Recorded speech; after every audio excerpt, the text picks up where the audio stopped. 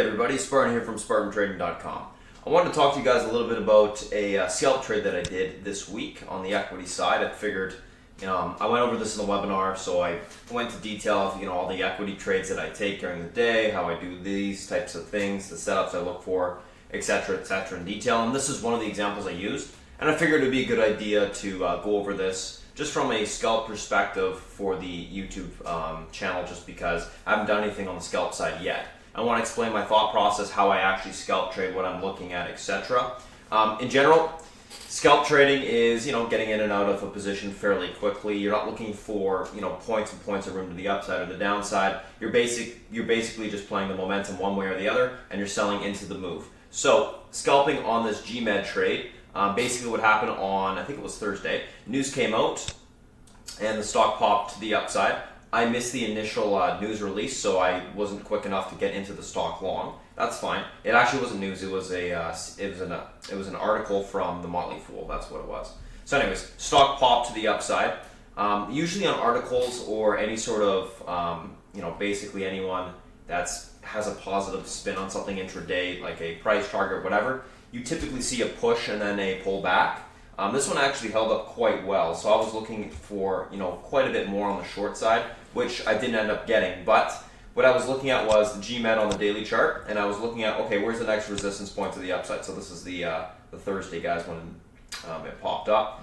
I was looking at the resistance right here, so I was like, okay, 56.33, a little bit of resistance there. There's also a couple different levels here, 54, 49, and some support at around that 52, 53 level as well. Up here, there's a little bit of support at the 54s.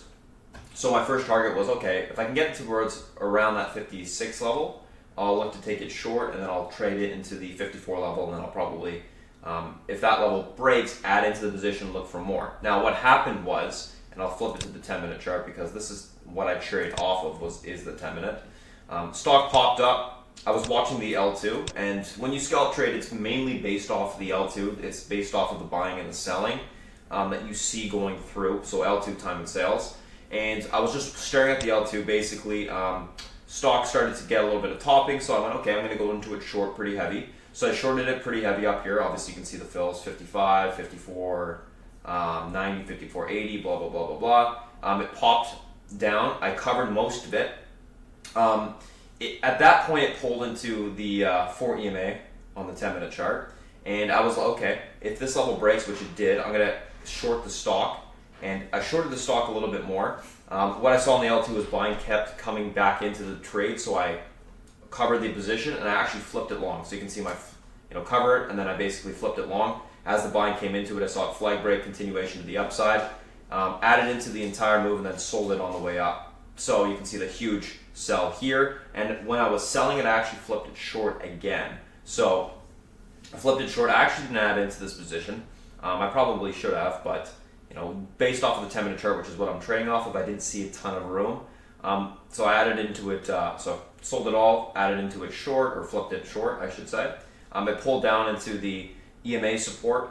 At that point, I just covered the entire position, flipped it a little bit long. I had a small piece of it long, and then as it pushed back to the upside, I probably should have added into it again. You can see my small little ad there. I didn't sell right into that push.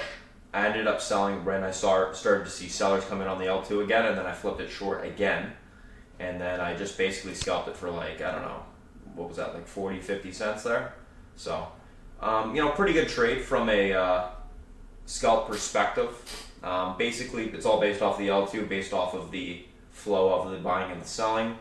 And that's what you got here. So I just wanted to go over that, guys. Quick little scalp trade. We'll go through some more stuff in the future. But yeah, thanks for watching, and I'll talk to you guys soon. If you have any questions, feel free to go to our website, SpartanTrading.com, and you can hit us up on the contact page or whatever. Anyways, that's it, guys. Have a good one, and I'll talk to you later.